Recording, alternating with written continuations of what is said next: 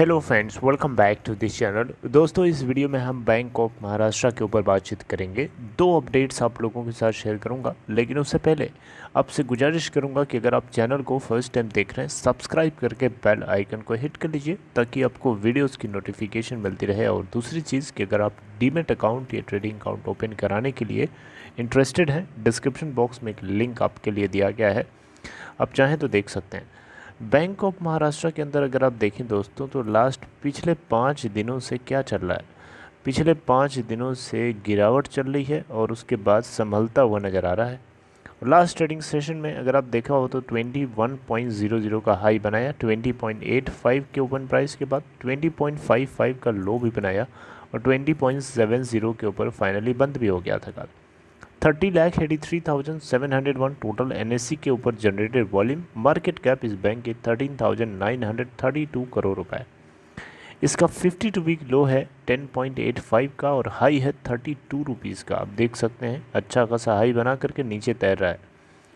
दोस्तों, दो अपडेट्स हैं। अपडेट नंबर 1 आपको बताना चाहूँगा, बैंक ऑफ महाराष्ट्र ने होंडा कार्स के साथ एक टाई अप कर लिया है। होंडा कार्स ने बेसिकली अनाउंसमेंट किया कि इन्होंने बैंक ऑफ महाराष्ट्र के साथ टाई अप किया है ताकि ल्यूक्रेटिव फाइनेंसिंग स्कीम्स ऑफर कर सकें अपने कस्टमर्स को।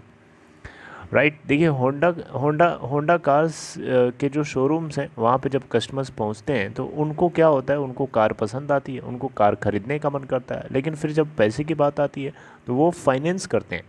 और फाइनेंस वो उसी से करवाना चाहेंगे जो उनको कम से कम रेट ऑफ इंटरेस्ट चार्ज करे।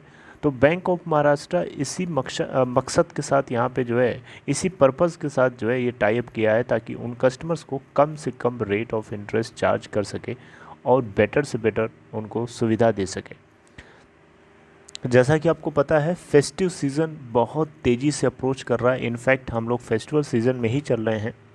तो यहाँ पे इसी चीज़ को देखते हुए, इन्हीं चीज़ों का फ़ायदा उठाने के लिए जो जो शोरूम्स हैं बेसिकली वहाँ पे जब कस्टमर्स जाते हैं तो उनकी नीड को पूरा करने के लिए इस अपॉर्चुनिटी को फ़ायदा के रूप में देखा जा रहा है होंडा कार्स इंडिया लिमिटेड की तरफ से।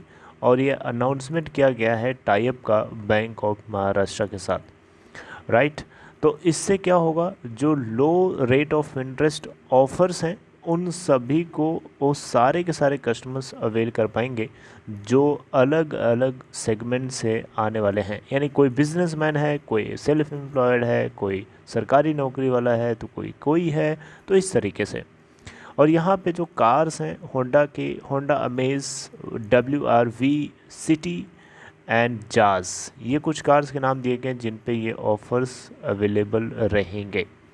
तो दोस्तों, ये अपडेट थी टाई अप को लेकर के। दूसरी अपडेट, बैंक ऑफ महाराष्ट्र के Q2 के अंदर नेट प्रॉफिट के अंदर 103% का ईयर ऑन ईयर बेसिस पे जंप देखने को मिला 264 करोड़ का।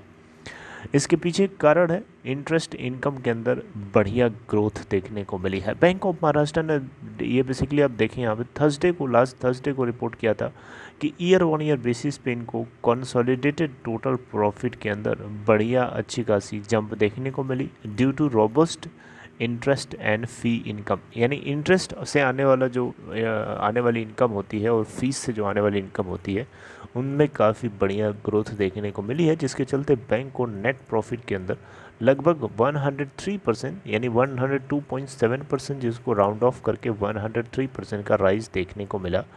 जबकि लास्ट फाइनेंशियल ईयर के सेम क्वार्टर में 130 करोड़ का टोटल प्रॉफिट था और इस बार 264 करोड़ का प्रॉफिट लेके आया है कंपनी ने। बहुत बड़ी बात है। इंटरेस्ट इनकम की बात करें, इंटरेस्ट इनकम आपको पता है बैंक की जो कोर इनकम होती है। बैंक एक हाथ से पैसे लेता है, दूसरे हाथ से उसको उधार देता है। दोनों ट्रांजैक्शंस में जो डिफरेंस होता है इंटरेस्ट इनकम का, वही उसकी कोर इनकम होती है। तो यहाँ पे बैंक ऑफ महाराष्ट्र को 33.84% राइज देखने को मिला है इसके नेट इंटरेस्ट इनकम के अंदर YOY बेसिस पे। और जो डेटा है NII का इस क्वार्टर के लिए 1500 करोड़ रुपए। नॉन इंटरेस्ट इनकम भी यहाँ पे अगर देखें तो 22.61% से राइज होती हुई दिखाई दी है 493 करोड़ रुपए के ऊपर, जिसमें 260 करोड़ रुपए की रिकवरी है DHFL से, जो भी इनका एक्सपोजर था जितना वहाँ से भी मिला है उससे। और डिपॉजिट की बात करें तो बैंक को 14.47% का राइज देखने को मिला है इसके डिपॉजिट के अंदर, और जो डेटा है टोटल डिपॉजिट का 1.81 ट्रिलियन रुपए। ग्रॉस एडवांसेस में भी ग्रोथ 11.44% की देखने को मिली, जो कि डेटा है इसका 1.15 ट्रिलियन रुपए YOY यानी ईयर ऑन ईयर बेसिस पे। एसेट क्वालिटी में ग्रॉस नॉन परफॉर्मिंग एसेट्स यानी GNPA के अंदर भी डिक्लाइन देखने को मिला 5.56% इन Q2, जबकि लास्ट ईयर के सेम क्वार्टर में 8.81 का GNPA था। देख सकते हैं कितना सिग्निफिकेंट इम्प्रूवमेंट है। जितना ज़्यादा GNPA गिरेगा उतना ही बैंक के लिए अच्छी खबर है। तो दोस्तों ये एक दो खबरें थी BOM बैंक ऑफ महाराष्ट्र को लेके। I hope you liked it. If you liked it, please like this video and take care.